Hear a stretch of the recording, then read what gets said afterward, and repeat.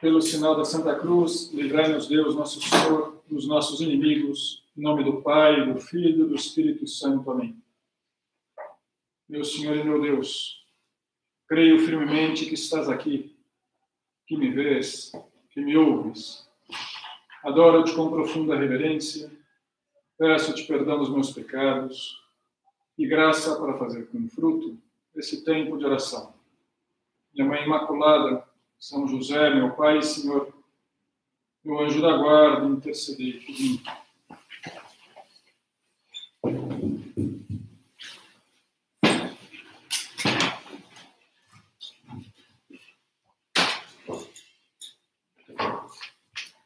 Eu queria começar essa meditação com uma história. Eram dois vizinhos.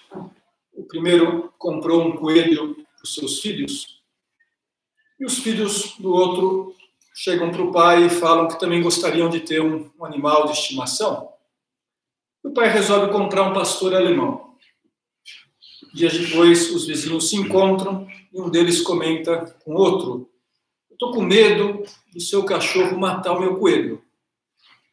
E o vizinho diz: "Fica tranquilo, eu conheço, os animais, eles vão se dar bem, o pastor é pequenininho, eles vão ficar amigos, vão brincar, né? Não vai acontecer nada." E o dono tinha razão. Passou o tempo, eles estavam sempre juntos e não tinha nenhum problema, se ficaram, amigos. Chegou uma hora que o dono do coelho, com a família, foi viajar para a praia e deixou o coelhinho em casa, sozinho. Na sexta-noite, ele ia voltar domingo à noite. Domingo à tarde, o pastor alemão entra na sala de jantar, a família estava tomando um lanche, e na boca, entre os dentes, trazia o coelho, sujo de terra e morto. Né? Então, aquele desespero, e agora? O que o vizinho vai falar? Né? Já deram uma surra no cachorro, né? Apanhou, levou bordoada, né? E aí começaram a falar: e agora? Como que a gente resolve? O que a gente faz? E aí alguém teve uma ideia: não, vamos fazer o seguinte, vamos limpar o coelho, deixar ele bonitinho, lavar, a gente coloca na casinha e faz de conta que a gente não sabe de nada. Pô, ótima ideia, né? Então, limparam o bicho, ele ficou como se estivesse, vivo, né? Disseram: nossa, parece que está vivo. E o fato é que deixaram lá na casa do vizinho, voltaram para a própria casa, esperando o dono chegar. Umas horas depois aparece, a família. 5 minutos, toca a campainha. E descobriram. E realmente, entram lá com cara de susto, parece que tinham visto um fantasma. E o que aconteceu? Que cara é essa? O coelho. O que tem o coelho? Morreu. Morreu? Mas estava aqui hoje brincando, né? Não. Ele morreu na sexta-feira. Nós enterramos ele. Ele reapareceu. E a história termina, né? Tanto faz o que aconteceu depois. O que importa é o pobre cachorro levou as bordoadas e foi condenado injustamente. Né? Foi lá brincar com um coelho, encontrou ele morto, e trouxe lá, sem culpa nenhuma. A verdade é que, às vezes, nós agimos mais ou menos assim. Julgamos os outros sem dados, sem elementos, de uma maneira que podemos condenar uma pessoa inocente. No caso do cachorro, não podia nem se defender, que ele não sabe falar, não tinha como explicar. Mas, no caso das pessoas, às vezes se defende e talvez nós nem escutemos, não escutamos os dois lados já, temos uma opinião fechada e agimos de uma maneira injusta. Jesus Cristo nos diz assim: não julgueis e não sereis julgados. Não condeneis e não sereis condenados. Perdoai e sereis perdoados. Porque do mesmo modo que julgardes, sereis também vós julgados, e com a mesma medida com que tiverdes medido, também vós sereis medidos. Nosso Senhor nos transmite aqui aqui do sacrário, Jesus, né, fala agora essas palavras, é Ele que nos transmite, né, esse ensinamento, né, que é fundamental para as nossas vidas. Às vezes nós poderíamos pensar, poxa, mas então não posso julgar de forma nenhuma? Será que Jesus Cristo, ao dizer não julgueis e não serei julgado, está me proibindo que eu faça um juízo sobre os outros? Claro que não. Há situações que até é um dever julgar. Um pai tem o dever de julgar o filho, muitas vezes, o filho pequeno, para corrigir, para orientar. Um professor precisa julgar, né, o aluno para dar uma nota, para avaliar. Há muitas situações onde é necessário julgar. Mas é preciso julgar com benevolência, julgar de uma maneira justa, julgar sem condenar. O que está errado, o que Jesus nos diz que não convém fazer, é o juízo crítico, o juízo condenatório, é julgar de uma maneira exagerada, desproporcional, culpando uma pessoa que talvez nem tenha culpa. O catecismo da Igreja Católica diz assim: para evitar o juízo temerário, todos hão de cuidar de interpretar de modo favorável, tanto quanto possível, os pensamentos, palavras e as ações do próximo. Interessante que o catecismo fale, né, utiliza essa expressão, tanto quanto possível. Não é questão de ser ingênuos, fazer de conta que todo mundo é bom, não ver aquilo que está errado, mas podemos interpretar de modo favorável a atitude das pessoas. Isso é, buscar, de algum modo, uma desculpa, um atenuante. Por que será que ele agiu assim? Esse meu parente, esse meu amigo, quem for. E talvez, se pensamos um pouquinho, se procuramos compreender, nos colocar no lugar do outro, vamos perceber que, poxa, essa pessoa estava cansada, ou ela agiu por ignorância, ou ela fez algo sem perceber, não foi de propósito, foi sem querer, por fraqueza. São José Maria, no número 442 de Caminho, escreveu assim: não admitas um mau pensamento acerca de ninguém, mesmo que as palavras ou obras do interessado deem motivo para assim o julgares razoavelmente. Sabe que nós fazemos isso?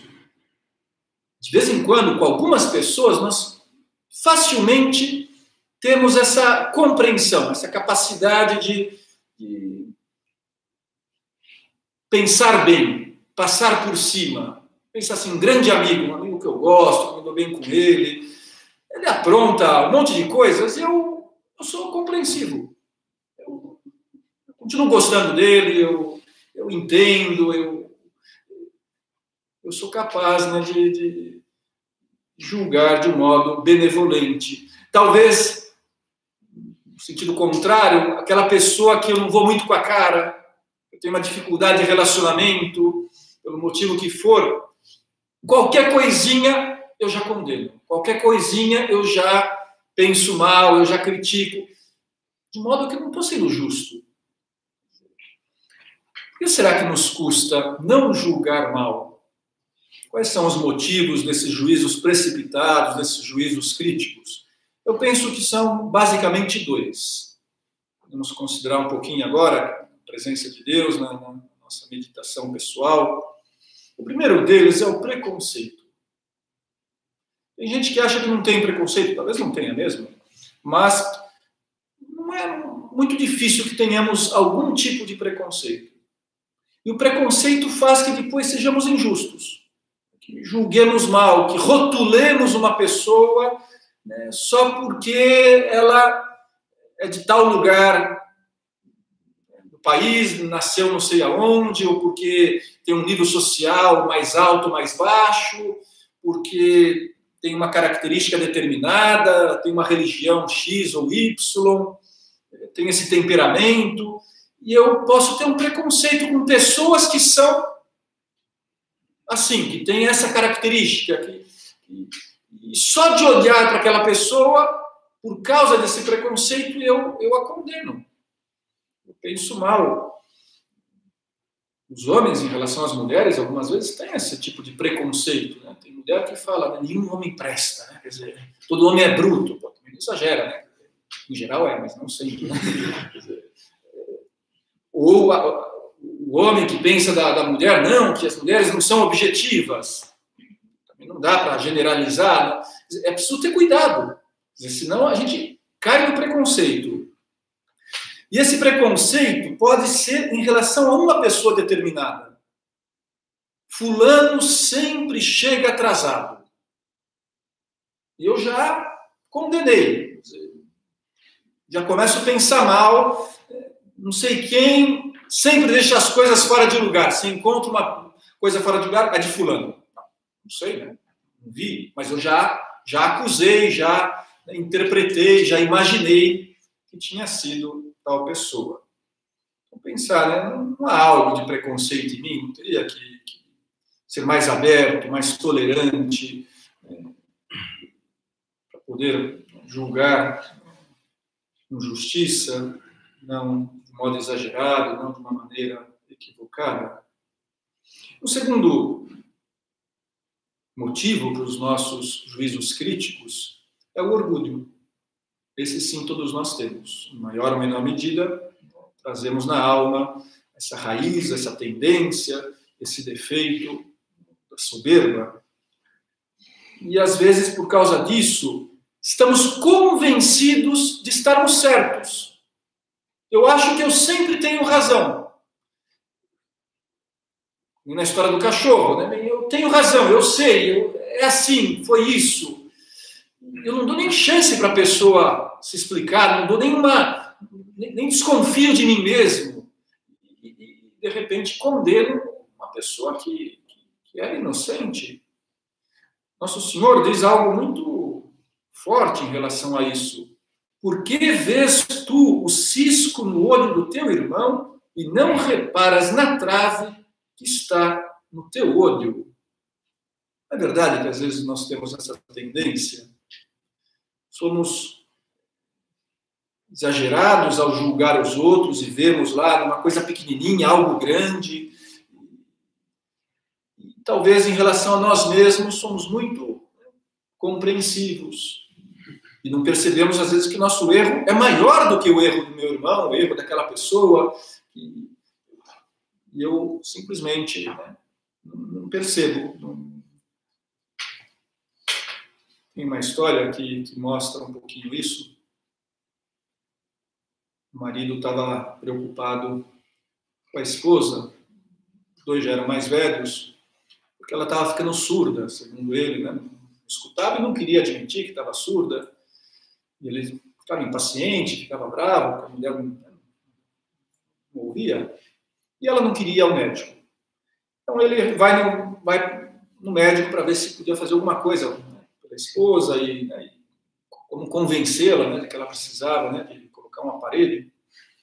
Então o médico falou assim, não, precisa saber qual é o nível de surdez, né, então você precisa trazer umas informações. Então faz o seguinte teste. E o médico deu lá um exercício para fazer com a esposa, teste. Então, o que foi o seguinte? Então, ele chegou em casa, ele ia fazer uma pergunta para a mulher de várias distâncias, né, para ver, né, se a surdez era maior ou menor.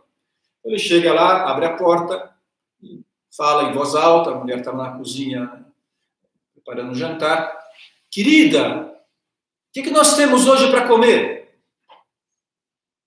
Silêncio total. Não ouviu, né? Está feia a coisa, né? Então ele entra em casa, dá uns passos, se aproxima um pouco mais da mulher e volta a fazer a pergunta. Meu bem, qual que é o jantar hoje? Nada. Silêncio absoluto. Poxa, não está ouvindo nada, né? Eu falei para o médico. Precisa de um aparelho. Se aproxima um pouco mais, vai na porta da cozinha e a mulher está lá cozinhando de costas. Ele volta a fazer a pergunta.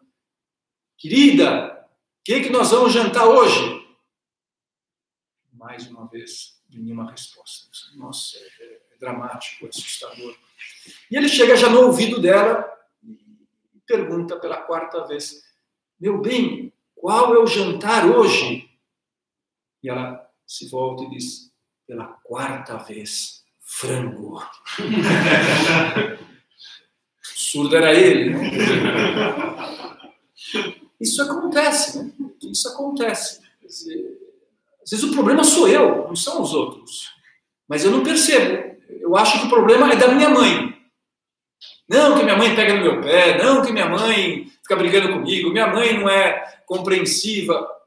Poxa, mas não é que ela não é compreensiva, é que você não avisa, né, para onde você vai, você não liga quando você não vem almoçar, você deixa o quarto desordenado.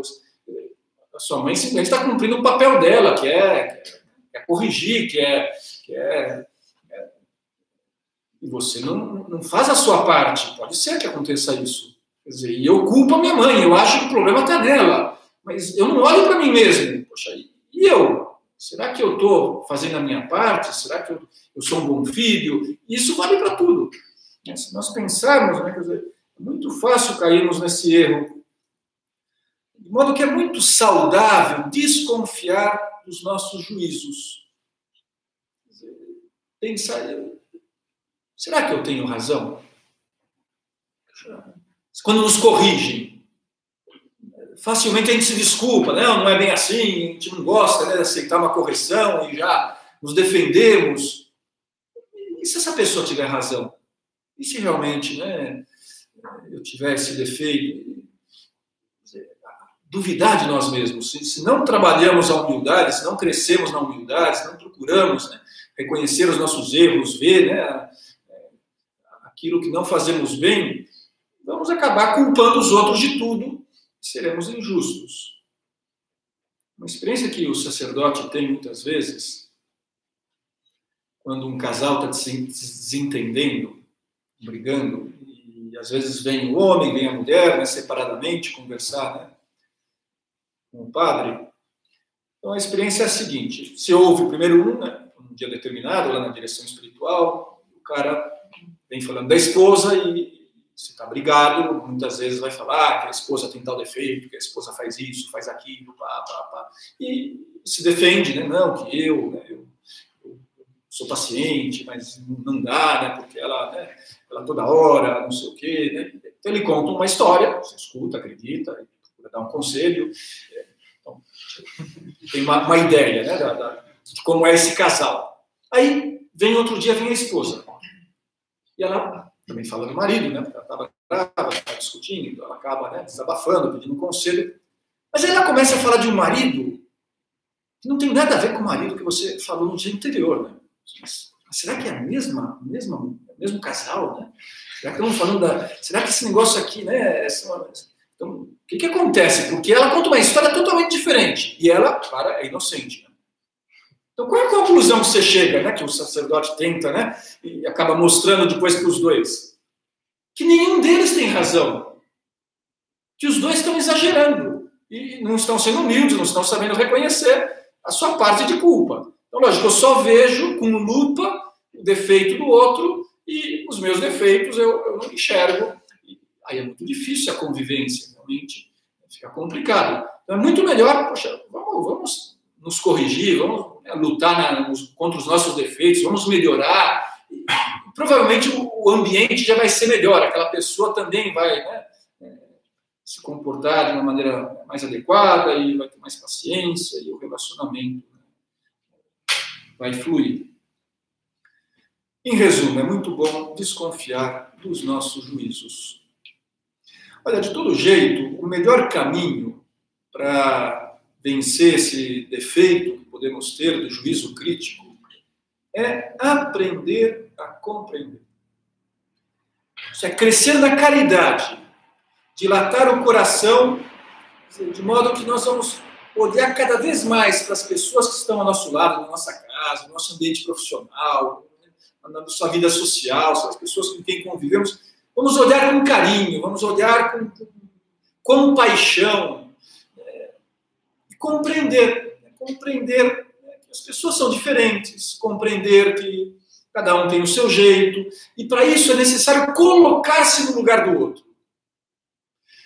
Quando a gente estuda história, os bons professores de história costumam dizer o seguinte, que Se queremos avaliar uma época passada, sei lá, a Idade Média, a Idade Antiga, um outro país, é necessário desprender-se do nosso modo de pensar, dos nossos valores, daquilo que, sei lá, né, nós estamos acostumados a fazer, para entrar no mundo daquela sociedade, na cabeça daquelas pessoas, nas circunstâncias daquela época.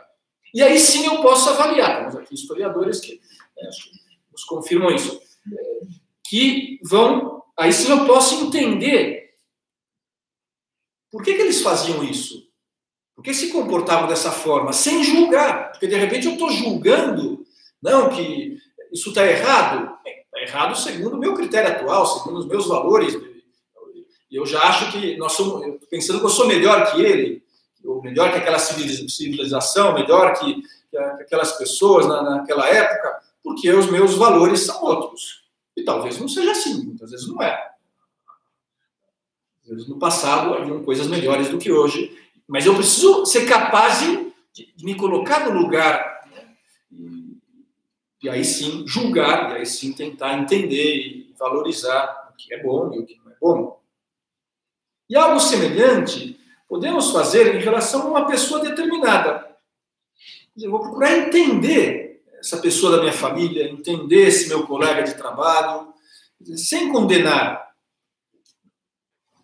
Jesus Cristo, quando fala para não julgar, fala para viver a caridade, para perdoar, no fundo ele está nos dizendo que é preciso querer o bem da pessoa, ajudar aquela pessoa a ser melhor. Não adianta nada eu criticá-la, às vezes até começar a falar mal, né, difamar. Eu tenho que pensar, poxa, é meu irmão, somos filhos do mesmo pai, né, eu quero o bem dessa pessoa, eu quero a felicidade dela. Se ela está se comportando mal, se o juízo é objetivo, realmente essa pessoa tem uma atitude que não é boa, tem um defeito, está indo por um caminho errado, a ideia não é eu simplesmente observar isso e pensar mal e condenar, mas eu me perguntar, e talvez perguntar na oração, até aqui, né, diante do sacrário, fazendo uma oração silenciosa, conversando com Cristo na Eucaristia, Jesus, como que eu posso ajudar esse meu irmão? O que você quer de mim? E, pelo menos ele vai nos dizer, reza por ele. Procura, né, rezar, né, para que essa pessoa melhore. Ou procura ela sós, e dá um conselho, e faz uma correção fraterna. E aí já é uma atitude totalmente diferente, não é um juízo crítico. Não, eu estou avaliando, eu estou observando, estou percebendo algo que não está bem, mas com caridade, com a intenção de ajudar. Quando nos falta compreensão, porque não vemos nos outros irmãos, queremos o bem, não amamos, vamos ficar com o pé atrás, vamos ficar, né, distantes, vamos desprezar, vamos falar mal. Então, pensar, né, o que eu posso fazer pelos outros, né? Como compreender melhor as pessoas. Pensa na nossa casa, na nossa família. Aqui é preciso ter presente o seguinte, que em casa, o melhor modo de ajudar, sei lá, o pai, o irmão, a pessoa que mora conosco, ser melhor, é rezar por ela, uma dúvida, mas também dar bom exemplo. Ter carinho. Em geral, não dá muito fruto falar, ficar, né, corrigindo e querendo que a pessoa mude. Alguma vez, sim, dependendo, a sós, com jeito, se a pessoa está aberta para ouvir. Mas se não for possível falar, pelo menos eu posso compreender, me colocar no lugar dela e ter uma boa convivência, procurando ajudá-la com um exemplo e com a oração. Em relação aos amigos, em relação aos conhecidos, a outras pessoas, sim que essa compreensão pode nos levar também a esse apostolado, essa tarefa, né, que a igreja, que Deus nos confia, que é ajudar essa pessoa a melhorar, a ter uma virtude que ela não tem, a se aproximar de Deus se está longe de Deus. E aí sim, a sós, com jeito, pela amizade, podemos dar um conselho, podemos, né, depois de compreender, sem julgar, sem pensar mal, querendo, né, gostando dessa pessoa como ela é, convivendo com ela, com os seus defeitos, eu posso bem dizer algo, falar algo. E é importante dizer, sabe por quê? Quando a gente não corrige, quando nós não falamos aquilo que pensamos com caridade, sem ofender, mas se eu calo, vai ser muito difícil eu não ficar crítico e até não cair na fofoca, na difamação. Quer dizer, a gente vê no nosso ambiente, tantas vezes, na vida social, no ambiente profissional, em tantos lugares, como é comum falar mal dos outros. Tem um autor, um livro que chama Língua, um folheto muito bom, ele diz que é um esporte social no Brasil, falar mal. Parece que o pessoal descansa falando mal, se diverte falando mal, sai para falar mal. Mas, por favor, né, isso é falta de lealdade, é falta de coragem, é falta de caridade. Se não pode louvar, diz São José Maria, se não dá para falar bem, não vou falar. Talvez vou falar pessoalmente, vou falar a sós, vou falar como amigo, vou corrigir, e aí sim, essa pessoa vai melhorar. Se fizermos isso, se tivermos essa atitude de compreensão, de misericórdia, de serviço aos outros, de ajuda às pessoas, saberemos também conduzir de uma maneira adequada aquela pessoa que vem desabafar conosco, que começa a falar mal dos outros. E às vezes isso é falar mal da esposa, falar mal do marido, falar mal do filho, falar mal da mãe, do amigo. Quer dizer, como que eu me comporto? Como que eu escuto? O que eu digo para essa pessoa que começa a desabafar e conta uma história lá, né, e criticando não sei quem? Bem, é bom escutar. A pessoa está precisando de uma ajuda, a gente escuta, deixa lá, né, contar o que acontece, mas não vou entrar na dela no sentido, não vou jogar lenha na fogueira. Não, realmente, vai lá e se vinga. Não, faz o mesmo. Claro que não. Quer dizer, vamos ajudar essa pessoa a compreender, a se colocar no lugar, né, da mãe ou de quem for. Né? Às vezes as pessoas não fazem o básico. Sei lá, tem uma criancinha em casa, menino de 3 anos. E os irmãos, os pais, sei lá quem, os tios, todo mundo quer tratar aquela criança como se fosse uma pessoa madura. E quer que ela se comporte, né, como se tivesse uso da razão. Ela não tem uso da razão. Ela não entende as coisas. Não adianta querer que a criancinha tenha um comportamento próprio de alguém que já tem maturidade. Ou a vovozinha, que já é idosa, que está meio gagá. Não posso exigir dela aquilo que ela não pode dar. E é preciso dizer isso para as pessoas, que parece que é óbvio mesmo. Mas as pessoas esquecem. E ficam bravas, e falam mal. Mas olha, é que a sua irmã está doente, ela está com depressão. Por favor, né? Se coloca no lugar dela, reza para ela, tenha carinho com ela, não exige dela o que ela não pode dar. Será que nós sabemos ajudar os outros também a compreender? Talvez possa nos ajudar, lembrar nessa hora, quando sentimos tentação de julgar, de falar mal, quando escutamos, né, alguém que desabafa conosco, lembrar das palavras de Cristo, defendendo uma mulher adúltera. Quem não tiver pecado, que jogue a primeira pedra. Pensarmos isso, lembrarmos que somos pecadores, que não somos melhores que os outros, e talvez tenhamos o mesmo defeito que estamos criticando, que estamos vendo, e até mais. Se eu for humilde, eu pelo menos vou ser capaz de compreender, vou ter compaixão e vou poder ajudar. Vamos terminar lembrando que ao rezar Salve Rainha, essa oração tão bonita, nós chamamos Nossa Senhora de Mãe de Misericórdia. E realmente a Santíssima Virgem sempre olha para nós, para os seus filhos, com misericórdia. Também para aqueles que estão no erro, que se comportam mal. Ela é como uma boa mãe, a melhor das mães, tem essa capacidade de olhar com misericórdia. Vamos pedir a ela que nós também saibamos ter misericórdia com os outros.